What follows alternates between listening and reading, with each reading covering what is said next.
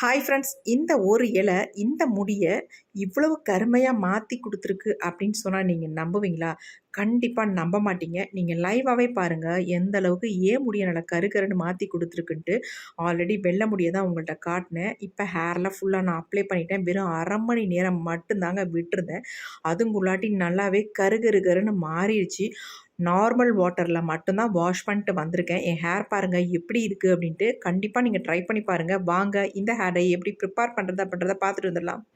இன்னைக்கு நம்ம ரொம்ப சூப்பரான ஒரு ஹேர் டை ரெடி பண்ண போகிறோம். அதுக்கு ஃபர்ஸ்ட் நம்ம ஒரு 1 1/2 டம்ளர் அளவுக்கு நம்ம தண்ணியை வந்து நல்லா கொதிக்க வச்சுக்கலாம். கொதிக்க வச்சுட்டு நம்ம இதில் வந்து ஒரு சில பொருட்களை சேர்த்து இந்த டிகாஷனை வந்து ரொம்ப ஸ்ட்ராங்காக நம்ம கொண்டு போகிறோம். இது நமக்கு நல்ல கலர் கொடுத்தா தான் நமக்கு ரிசல்ட் நல்லாயிருக்கும். ஹேர் டை வந்து நல்லா கருன்னு மாறி வரும்.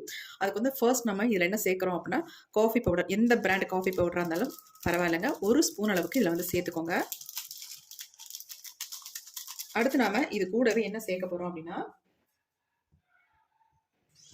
இந்த காஃபி தூள் போட்ட டிகாஷன் வச்சு நல்லா கொதிக்கட்டும்.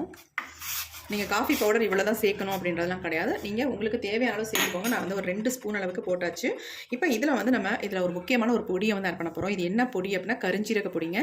நான் கருஞ்சீரகத்தை வந்து பொடி பண்ணி வச்சிருக்கனால இந்த பொடியாகவே டேரெக்டாக ஆட் பண்ணிக்கிறேன். நீங்கள் முழு கருஞ்சீரகமாக இருந்தாலும் தாராளமாக இதில் வந்து ஆட் பண்ணிக்கலாம்.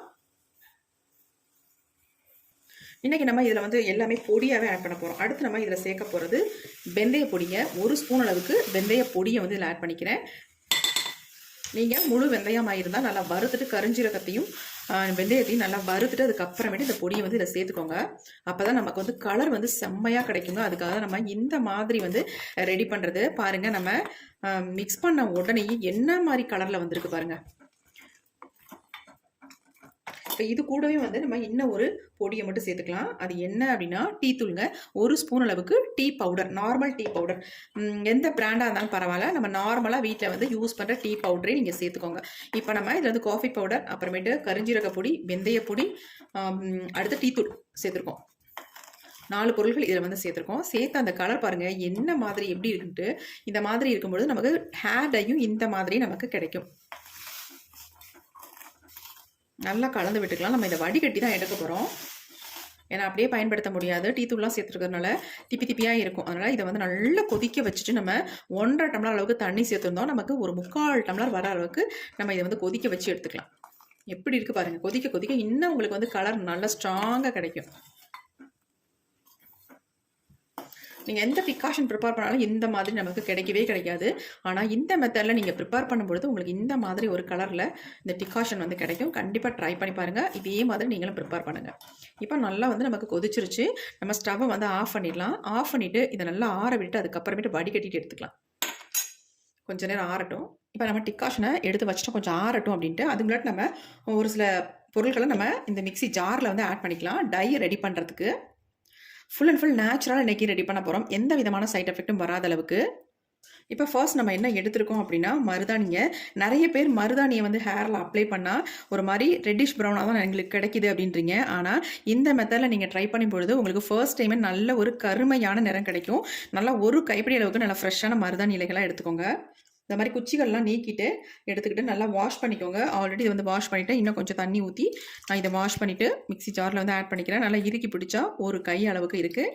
இப்போ நம்ம எடுத்தாச்சு.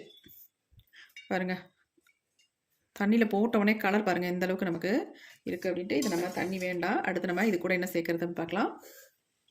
அடுத்து நம்ம இதில் சேர்க்க போகிறது என்ன அப்படின்னா, இது வந்து மருதாணி இலைகள்ங்க. சாரி, இது செம்பருத்தி இலைகள். இந்த செம்பருத்தி இலைகளை தான் நான் எடுத்திருக்கேன். கண்டிப்பாக ஒத்த செம்பருத்தியோட இலைகள் எடுத்துக்கோங்க.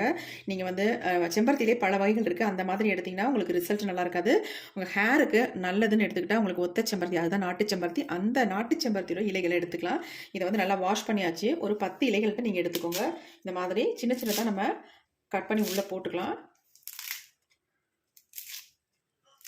இந்த மாதிரி நம்ம மருதாணியை ரெடி பண்ணும்பொழுது நமக்கு எக்ஸலண்ட்டான ரிசல்ட் கிடைக்கும். அது மட்டும் இல்லை, உங்களுக்கு ஷாம்பு போட்டு வாஷ் பண்ணுன்ற அவசியமே இருக்காது. நீங்கள் நார்மல் வாட்டர்லேயே வாஷ் பண்ணாலே நல்ல முடி வந்து நல்ல கருமையாக இருக்கும். உங்கள் கலர் வந்து போகவே போகாதுங்க. இது கூட வந்து இன்னொரு பொருளை வந்து ஆட் பண்ணிக்கலாம். அது என்ன அப்படின்னா, செம்பருத்தியோட பூக்கள் தாங்க. இந்த மாதிரி ஒத்த செம்பருத்தி பூக்கள் இருந்தால் கண்டிப்பாக ஒரு 5 6 பூக்கள் வந்து இதில் சேர்த்துக்கோங்க.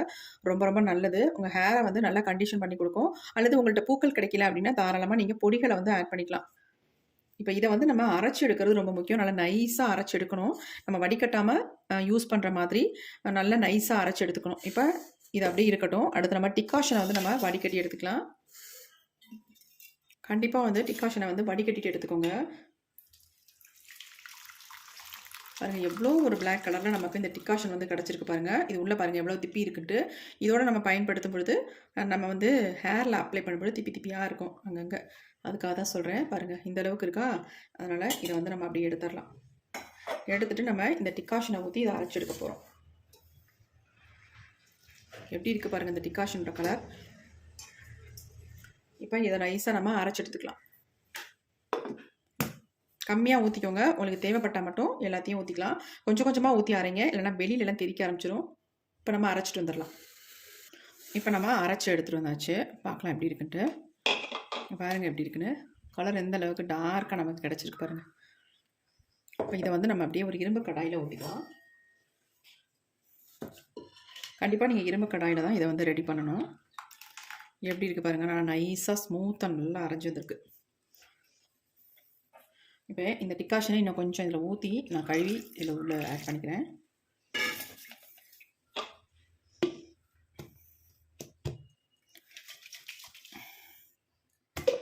அப்படியே உள்ள ஊற்றிக்கலாம்.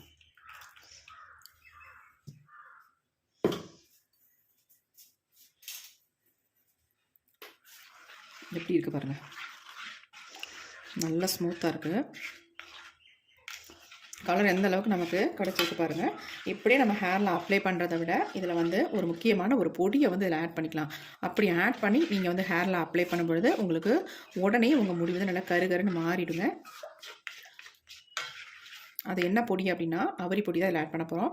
நிறைய பேத்துக்கு அவரி பொடி ஒத்துக்க மாட்டேங்குது. ஆனால் இந்த மெத்தடில் அவரி பொடி யூஸ் பண்ணும்பொழுது உங்களுக்கு எந்த விதமான சைட் எஃபெக்ட்டும் இல்லை.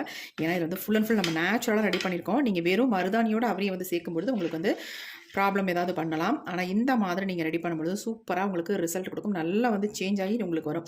அது மட்டும் இல்லைங்க, நீங்கள் அவரியை வந்து உடனே இதுலேருந்து நீங்கள் ஹேரில் அப்ளை பண்ண வேணாம். நீங்கள் ஓவர் நைட் வச்சுட்டு அதுக்கப்புறமேட்டு எடுத்து ஹேரில் அப்ளை பண்ணிக்கலாம். இப்போ நம்ம அவரி பொடி இதில் ஆட் பண்ணிக்கலாம். ஒரு 2-3 ஸ்பூன் அளவுக்கு இந்த அவரி பொடி எடுத்துக்கோங்க. இந்த அவரி பொடி நல்லா ஒரிஜினலாக பார்த்து வாங்கிக்கோங்க. அப்போ தான் நமக்கு நல்ல ரிசல்ட் வந்து கொடுக்கும். உங்களுக்கு இலையாக கிடைச்சா கூட தாராளமாக இது கூட சேர்த்து நல்லா அரைச்சி எடுத்துக்கோங்க. நிறைய இடங்களில் இலைகள் வந்து கிடைக்கிது. நாட்டு மருந்து கடையில் கூட வெறும் இலைகளை கூட வச்சுருக்காங்க. அந்த மாதிரி வாங்கி நம்ம பயன்படுத்திக்கலாம் ஹேருக்கு. பொடியாகவும் நீங்கள் வாங்கிக்கலாம். ஆன்லைனில் கூட நமக்கு எப்பயுமே கிடைக்கும். வாங்கிக்க வேண்டியதுதான். இந்த மாதிரி வாங்கிட்டு நல்லா கலந்து விட்டுடலாம். இப்போ நல்லா கலந்து விட்டாச்சு. இது வந்து அப்படியே ஓவர் நைட் நம்ம வச்சுட்டு அப்புறமேட்டு ஹேரில் அப்ளை பண்ணிக்கலாம். உடனே அப்ளை பண்ண போகிறதில்ல. நம்ம ஓவர் நைட் வைக்கும்பொழுது நல்லா வந்து கலர் வந்து இதில் வந்து இறங்கும். அதனால நான் ஓவர் நைட் வைக்க போகிறேன். நல்லா ஒரு கவர் போட்டு இதை மூடி வச்சுக்கலாம். தட்டு போட்டு நான் மூடலை. ஏன்னா தட்டு போட்டோம்னா நமக்கு எப்படியாவது ஏர் உள்ள போயிடும். நல்லா ஏர் டைட்டாக போட்டு நம்ம கவர் போட்டு இதை வந்து க்ளோஸ் பண்ணி வச்சுக்கலாம். இந்த மாதிரி கேரி பேக் ஏதாவது தான் யூஸ் பண்ணிக்கோங்க. ரொம்ப ரொம்ப நமக்கு யூஸ்ஃபுல்லாக இருக்கும். வேஸ்ட் பண்ணாமல் எடுத்து வச்சுக்கோங்க. இந்த மாதிரி போட்டுட்டு நல்லா இதை வந்து சுருட்டி விட்டோம்னா சுத்தமாக நமக்கு ஏர் டைட்டாக நல்லா க்ளோஸ் ஆயிரும். இந்த மாதிரி நம்ம வச்சிடலாம். இது அப்படியே ஓவர் நைட் இருக்கட்டும். நம்ம அப்புறம் எடுத்து பார்க்கலாம். இப்போ நம்ம டையை வந்து எடுத்து பார்ப்போம் எந்த அளவுக்கு நமக்கு சேஞ்ச் ஆகி வந்திருக்கு அப்படின்ட்டு.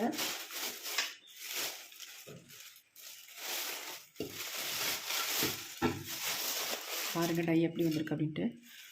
நம்ம கொஞ்சம் லிக்விடாக தான் வச்சுருந்தோம். நல்லா ஊறி நமக்கு திக்கான ஒரு கன்சிஸ்டன்சிக்கு மாறிடுச்சு பாருங்கள். மருதாணி இந்த அளவுக்கு மாறுமா நீங்கள் கண்டிப்பாக ஆச்சரியப்படுவீங்க. கண்டிப்பாக இந்த மாதிரி மாறும். நான் ப்ரிப்பேர் பண்ண மாதிரி நீங்கள் ப்ரிப்பேர் பண்ணிங்கன்னா மருதாணி இலைகள் இந்த மாதிரி சூப்பராக நமக்கு ரெடி ஆயிரும். இதை வந்து நம்ம ஹேரில் ஒரு டைம் அப்ளை பண்ணாலே நல்லா கலர் வந்து வெள்ளை முடி எல்லாமே மாறி சூப்பராக நமக்கு பிளாக்காக சேஞ்ச் ஆகிடும். கண்டிப்பாக இதை வந்து 2 மாதத்துக்கு ஒரு தடவை நீங்கள் அப்ளை பண்ணாலே போதும். மாதம் ஒரு முறை மட்டுமே அப்ளை பண்ணுங்கள். அந்த அப்ளை பண்ண இடம் வந்து ஃபுல்லாக உங்களுக்கு பிளாக்காக மாறி வெள்ளை முடியலாம். வளர்ந்து வர முடிகள் மட்டும் வெள்ளையாக தெரியும். அதுக்கு நம்ம ரீடச்சப் திரும்ப பண்ணிக்கிதான் ஆகணும். பண்ணால் நமக்கு மறுபடியும் கருமையாக இருக்கும். இந்த மாதிரி அதிகமாக நம்ம ப்ரிப்பேர் பண்ணி ஹேரில் அப்ளை பண்ண வேண்டிய அவசியம் இருக்காது. மிச்சம் இருந்தால் கூட இதை நீங்கள் தாராளமாக ஃப்ரிட்ஜில் வச்சு ஸ்டோர் பண்ணிக்கலாம். இப்போ நம்ம கொஞ்சம் எடுத்து பார்க்கலாம் எப்படி இருக்குது. இப்போ நம்ம எல்லாத்தையும் நல்லா கலந்து விட்டுடலாம். பாருங்கள் எப்படி இருக்குன்றது செம்மையாக ரெடி ஆகிருக்குங்க.